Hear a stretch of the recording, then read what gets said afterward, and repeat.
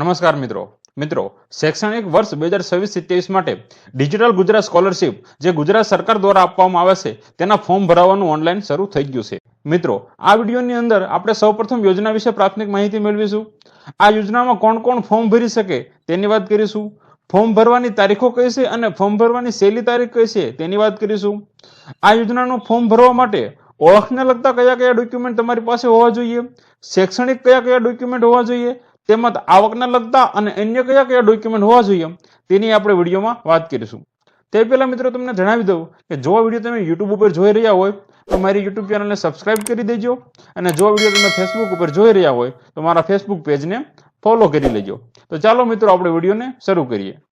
મિત્રો ગુજરાત સરકાર દ્વારા જે આર્થિક રીતે પછાત અને નબળા વર્ગના વિદ્યાર્થીઓ હોય તેમને તેમના શિક્ષણમાં અગવડતા ન પડે અને જે શિક્ષણને લગતો બેઝિક ખર્ચ હોય તે ખર્ચ કરી શકે તે માટે ડિજિટલ ગુજરાત સ્કોલરશિપ લોન્ચ કરવામાં આવી છે અને આ યોજના મારફત ધોરણ 11 થી લઈને સ્નાતક સુધી દર વર્ષે સ્કોલરશિપ આપવામાં આવે છે। મિત્રો આપણે જોઈએ કે આ યોજનામાં કોણ કોણ ફોર્મ ભરી શકે તો ધોરણ 11 અને 12 એટલે કે ધોરણ 11 અને 12 માં અભ્યાસ કરતા સરકારી તેમજ અર્ધ સરકારી શાળામાં અભ્યાસ કરતા વિદ્યાર્થી માટે આ સ્કોલરશિપ છે। જો તમે સરકારી કે અર્ધ સરકારીમાં ભરતા હોય તો જ ફોર્મ ભરી શકશો, જો તમે પ્રાઇવેટમાં ભણતા હશો તો તમે ફોર્મ ભરી શકશો નહીં। મિત્રો કોલેજની વાત કરીએ તો BA, BCom, BSc, engineering, medical વગેરે શાખામાં ભણતા વિદ્યાર્થીઓ આમાં ફોર્મ ભરી શકે। સરકારી તેમજ પ્રાઇવેટ કોલેજમાં ભણતા તમામ વિદ્યાર્થી આમાં ફોર્મ ભરી શકે। જો તમે 11-12 ની વાત કરો તો તમે સરકારી કે અર્ધ સરકારીમાં અભ્યાસ કરતા હોવા જોઈએ, પણ જો તમે કોલેજ કરતા હોય તો તમે સરકારી, અર્ધ સરકારી કે પ્રાઇવેટ કોઈ પણ જગ્યાએ અભ્યાસ કરતા હોય તમે આમાં ફોર્મ ભરી શકો।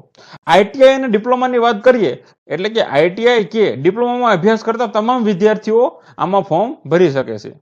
મિત્રો હવે જોઈએ આ યોજના વિશે ફોર્મ ભરવાની મહત્વની તારીખની જોઈએ તો આ યોજનાનો ફોર્મ ભરવાનું શરૂઆત 6 જુલાઈ 2026 ના રોજથી થઈ ગયું છે અને 30 સપ્ટેમ્બર 2026 સુધી તમે ફોર્મ ભરી શકો છો।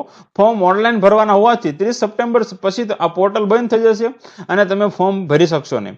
એક મહત્વની સૂચના છે કે નવા તેમજ રિન્યુઅલ બંને વિદ્યાર્થીઓ ફોર્મ ભરવાના શરૂ થઈ ગયા છે।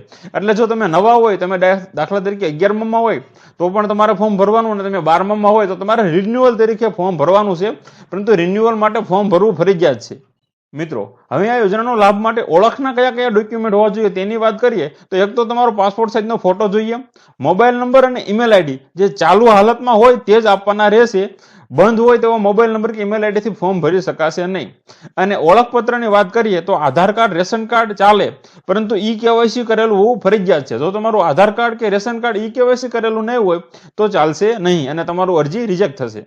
મિત્રો આ યોજના માટે શૈક્ષણિક પુરાવાની વાત કરીએ તો જો ધોરણ તમે 11 કે 12માં ભણતા હોય ને અરજી કરવા માંગતા હોય તો ધોરણ 10, 11 કે 12 ની જે લાગુ પડતી હોય છેલ્લા પ્રયત્નની માર્કશીટ આપવાની રહેશે।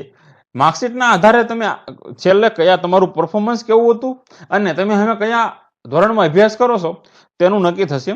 શાળા છોડ્યાનું પ્રમાણપત્ર એટલે કે LC, બોનોફાઇડ સર્ટિફિકેટ એટલે કે જે જગ્યાએ તમે ભણતા હોય ત્યાંથી તમને સર્ટિફિકેટ આપવામાં આવશે કે આ વિદ્યાર્થી અમારી કક્ષામાં, અમારી કોલેજ કે શાળામાં ભણી રહ્યા છે અને તે જ જગ્યાનું તમારું આઈ કાર્ડ પણ તમારે આપવાનું રહેશે। બ્રેક એફિડેવિટ સર્ટિફિકેટની વાત કરીએ કે જો તમે અભ્યાસમાં 1 વર્ષ કે તેથી વધુ સમયનો ગેપ રાખ્યો હોય તો તમારે બ્રેક એફિડેવિટ સર્ટિફિકેટ આપવાનું રહેશે। મિત્રો હવે આ યોજનાનો લાભ લેવા માટે આર્થિક અને અન્ય ડોક્યુમેન્ટ શું કયા કયા હશે તેની વાત કરીએ તો સૌપ્રથમ તમારે બેંક પાસબુક આપવાની રહેશે, કેમ કે આ સહાય ડાયરેક્ટ તમારા ખાતામાં જમા થાય માટે તમારે બેંક પાસબુક આપવાની રહેશે। આવકનો અને જાતિનો દાખલો, કેમ કે આમાં આવક મર્યાદા હોવાથી આવકનો અને જાતિનો દાખલો આપવો પડશે।